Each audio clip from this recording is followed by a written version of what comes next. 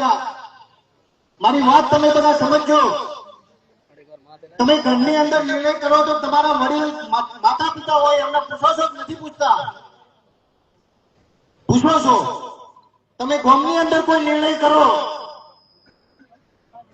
તો તમે ગામના આગેવાનોને કોઈ નિર્ણય કરી પૂછો છો કે નથી પૂછતા?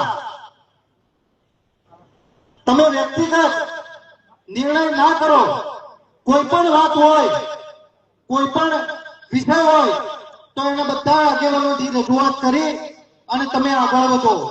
ઉતાવળા નિર્ણયો ના કરો। ઉતાવળા અહીંયા જે કોઈ નિર્ણય થાય, હું મારો વ્યક્તિગત અભિપ્રાય રજૂ કરું છું કે આ રૂની ગામ છે 64 કુળની અંદર આવે છે કે નથી આવતું?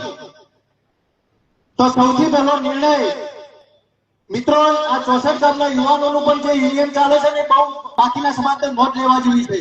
આ 64 ગામનો જે વહીવટ ચાલે છે ને એ પણ આપણે બધાએ નોંધ લેવા જેવો છે।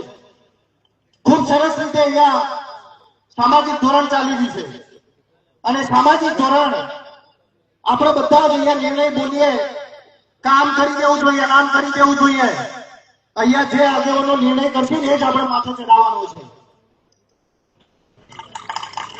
અને બીજી વાત મિત્રો કરવી છે મારે, તો જે કોઈ